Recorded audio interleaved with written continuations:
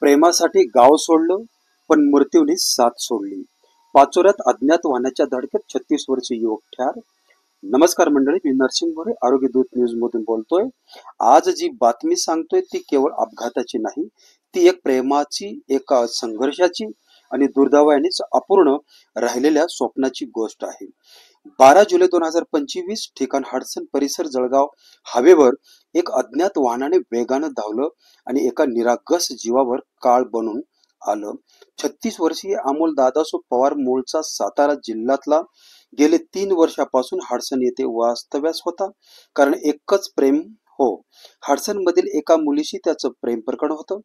प्रेमासाठी त्याने गाव सोडलं. साताऱ्याहून इथं येऊन राहत होता. ऊसतोड कामगार म्हणून जे मिळेल ते काम करत तो पोटाची खळगी भरण्याचा प्रयत्न करीत राहिला. प्रेमात खरा होता, पण नियतीने वेगळाच लेखी लिहिला होता. त्या दिवशी सकाळी तो जळगाव हायवेवर एका बाजूला बेशुद्ध अवस्थेत आढळून आला. हडसनचे पोलीस पाटील यांनी तात्काळ अँब्युलन्स सेवेसाठी किशोर लोहार यांना फोन केला. अँब्युलन्स आली आणि अमोल लगेच पाचोरा ग्राम्य रुग्णालयात नेण्यात आलं. पण डॉक्टरांनी तपासणी केल्यानंतर सांगितलं की तो रुग्णालयात आणण्यापूर्वीच आपली शेवटची श्वास घेतलेला होता. एक क्षण सगळं संपवलं. पोलीस पाटील यांनी त्यांच्या सासरवाडीला ही दुःखद बातमी दिली. सासरकडील मंडळी आणि साताऱ्यातील नातेवाईक रडत रडत पाचोरा ग्राम्य रुग्णालयात दाखल झाले.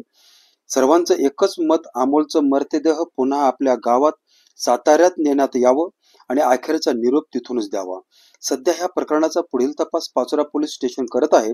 शेवटी एवढंच म्हणावे लागेल, जगात प्रेमाला फार किंमत नाही. कधी ते स्वप्न साकार होतं, तर कधी काळाच्या दाढीत गटांगळ्या खातं. अमोलला भावपूर्ण श्रद्धांजली. त्याच्या आत्म्यास शांती लाभो. आरोग्य दूत न्यूज पाहण्यासाठी लाईक करा, शेअर करा, सबस्क्राईब करा. धन्यवाद.